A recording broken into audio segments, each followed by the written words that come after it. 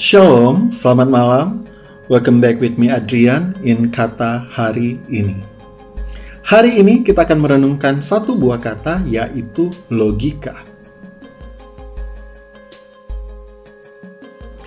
Bagaimana peranan logika dalam kehidupan kekristenan?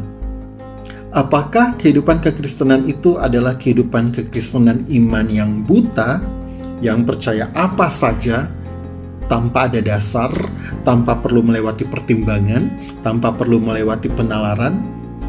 Ataukah, apakah kehidupan kekristenan itu adalah kehidupan iman yang berdasarkan logika? Artinya, kalau itu nggak masuk di logika, berarti itu bukan iman.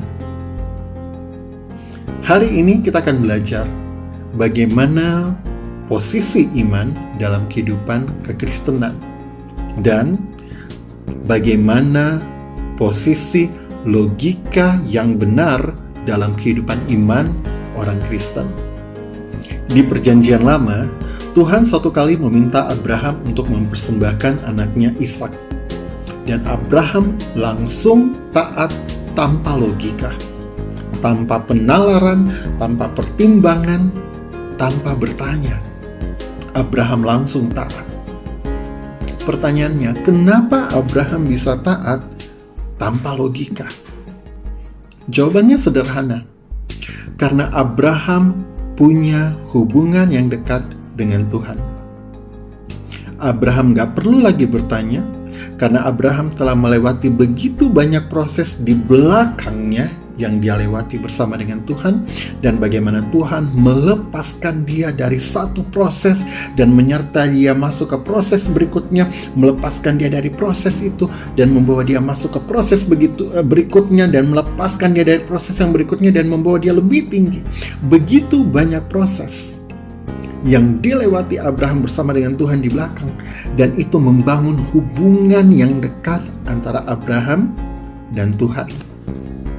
Sehingga pada waktu satu kali Tuhan meminta Abraham melakukan sesuatu, Abraham tidak perlu bertanya-tanya lagi. Abraham gak perlu pakai logika lagi, tapi Abraham langsung taat. Saudara, kalau saudara punya orang yang saudara percaya, apakah itu teman baik saudara, apakah itu pasangan hidup saudara, mungkin suami saudara, mungkin istri saudara, atau mungkin orang terdekat dalam hidup saudara adalah kakak saudara, atau adik saudara, atau mungkin teman saudara, yang saudara punya hubungan begitu dekat bertahun-tahun, dalam berbagai masa, dalam berbagai musim, orang yang saudara percaya itu selalu ada di samping saudara. Maka pada satu kali, dengarkan baik-baik, pada satu kali ketika orang tersebut mengajak saudara pergi ke sebuah restoran yang baru, yang saudara nggak pernah dengar, yang saudara nggak pernah datangi, saudara nggak pernah lihat. Pada waktu dia ngajak saudara pergi ke restoran tersebut, maka dengan cepat saudara akan mengiyakan meskipun saudara nggak tahu restorannya di mana. Saudara akan mengiyakan dan saudara akan datang. Karena kenapa? Orang yang mengajak saudara adalah orang yang punya hubungan yang dekat dengan saudara, sehingga tidak perlu masuk ke proses penalaran dulu untuk menolak atau untuk mengiyakan. Otomatis engkau percaya karena sudah begitu banyak kejadian di belakang yang engkau lewati bersama dengan orang itu. Dan pada waktu orang yang Anda percaya itu meminta saudara untuk pergi ke suatu tempat, saudara nggak perlu pikir-pikir ulang-ulang lagi, nggak perlu pikir dua kali lagi, saudara pasti mengatakan ya. Itulah kira-kira penjelasan tentang kehidupan kekristenan yang ada iman tanpa ada logika. Logika dalam kehidupan kekristenan itu tidak diperlukan pada suatu level di mana hubungan itu sudah dekat. Jadi kalau saudara punya hubungan yang dekat dengan Tuhan, kalau saudara sudah banyak melewati proses-proses hidup di belakang bersama dengan Tuhan, maka pada satu titik di depan, di mana Tuhan bilang belok ke kiri, maka saudara tidak akan bertanya dua kali, saudara tidak menunggu lama-lama, saudara akan taat belok ke kiri. Meskipun saudara nggak tahu ada apa di sebelah kiri dan kenapa nggak boleh ke sebelah kanan. saudara tidak akan bertanya lagi. Karena begitu banyak proses dalam hidup ini yang engkau lewati bersama dengan Tuhan, dan itu membangun hubunganmu, membangun kepercayaanmu, membangun kedekatanmu dengan Tuhan di belakang. Sehingga akhirnya engkau mau belok ke kiri, engkau mau taat tanpa logika. Karena ada hubungan yang dalam. Sekarang kita lihat cerita yang lain. Cerita Gideon di Hakim-Hakim pasal yang ke-6. Satu kali Tuhan meminta Gideon untuk memimpin bangsa Israel melawan musuhnya. Tapi Gideon meminta tanda kepada Tuhan.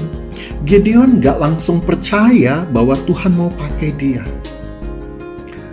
Ada logika yang jalan di dalam kepalanya Gideon. Gideon langsung berpikir, apakah benar panggilan ini berasal dari Tuhan atau tidak? Ada ketidakpercayaan dari Gideon. Makanya Gideon minta tanda. Gideon minta, Tuhan, ini ada guntingan bulu domba. Jika keesokan harinya Tuhan membuat guntingan bulu domba ini kering, tapi tanah di sekitarnya basah, berarti aku yakin Tuhan mau pakai saya untuk memimpin bangsa Israel melawan musuh. Dan keesokan harinya Tuhan buat seperti itu. Tapi Gideon tidak langsung percaya. Gideon meminta tanda sekali lagi kepada Tuhan karena belum masuk di logikanya. Apakah ini kehendak Tuhan atau enggak? Makanya dia enggak langsung taat. Dia minta sekali lagi kepada Tuhan. Tuhan, kali ini buat sebaliknya. Buat guntingan bulu domba ini menjadi basah dan tanah sekelilingnya menjadi kering. Dan Tuhan buat seperti itu. Dan pada waktu itulah Gideon yakin bahwa hal itu adalah kehendak Tuhan dan imannya mulai bangkit.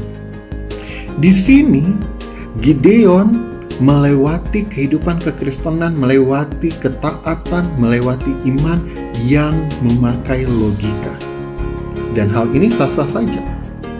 Gideon memerlukan logika dalam imannya kepada Tuhan karena Gideon belum punya hubungan yang dekat, belum punya banyak pengalaman-pengalaman iman bersama dengan Tuhan, belum punya hubungan yang akrab dengan Tuhan di belakang, sehingga sah-sah saja bagi Tuhan kalau Gideon meminta tanda, kalau dia perlu logikanya diyakinkan dulu untuk dia bisa percaya.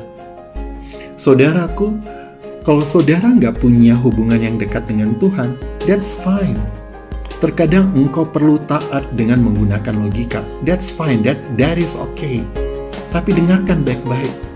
Jika pada waktu engkau Tuhan udah yakinkan dengan nalarmu, Tuhan udah meyakinkan dengan logikamu, Tuhan udah meyakinkan dengan keadaan di sekelilingmu melalui beberapa orang yang mengkonfirmasi bahwa ini adalah kehendak Tuhan, maka hal itu nggak lantas berarti bahwa semua hal dalam hal ini saudara harus pakai logika. Karena mengapa saudara?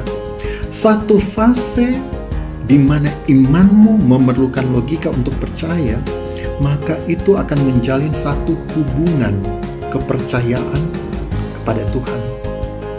Sehingga kali berikutnya Tuhan meminta engkau melakukan sesuatu, engkau mungkin udah ada landasan percaya dan engkau mau melakukannya. Dan begitu seterusnya, di kali berikutnya Tuhan menghendaki engkau melakukan sesuatu, engkau sudah punya landasan percaya dari peristiwa sebelumnya, sehingga engkau taat melakukannya. Dan semua hal-hal inilah yang akan membangun hubungan pribadimu dengan Tuhan semakin dekat. Pada waktu engkau berdoa, pada waktu engkau membaca Alkitab, pada waktu engkau beribadah, pada waktu engkau bersekutu, semakin sering engkau melakukannya, semakin sering engkau membangun hubunganmu dengan Tuhan, maka semakin tinggi tingkat kepercayaanmu kepada Tuhan. Sehingga pada satu titik di mana Tuhan menghendaki engkau melakukan sesuatu, maka tanpa babi bu bebo, tanpa menunggu-nunggu, tanpa proses pemikiran yang panjang, tanpa perlu logika lagi, engkau akan langsung taat. Kenapa? Karena sudah banyak pengalaman-pengalaman rohani yang engkau lewati bersama dengan Tuhan di belakang. Jadi kalau ada orang bertanya seperti ini, apakah perlu logika dalam kehidupan kekristenan kita? Jawab saya, ya, kita perlu logika. Tapi pertanyaan selanjutnya adalah, apakah selalu diperlukan logika dalam ketaatan iman kita kepada Tuhan? Maka jawabannya tidak.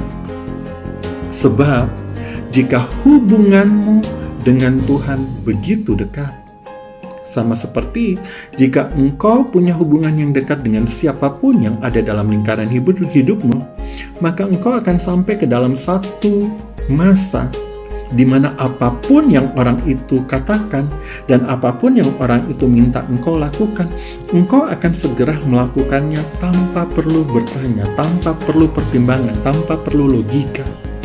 Karena logika hanya diperlukan di mana tidak ada hubungan.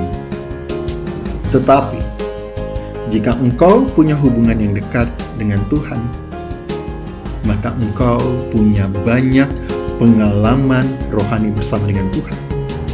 Sehingga akan tiba satu masa di mana engkau tidak perlu logika lagi untuk taat kepada Tuhan.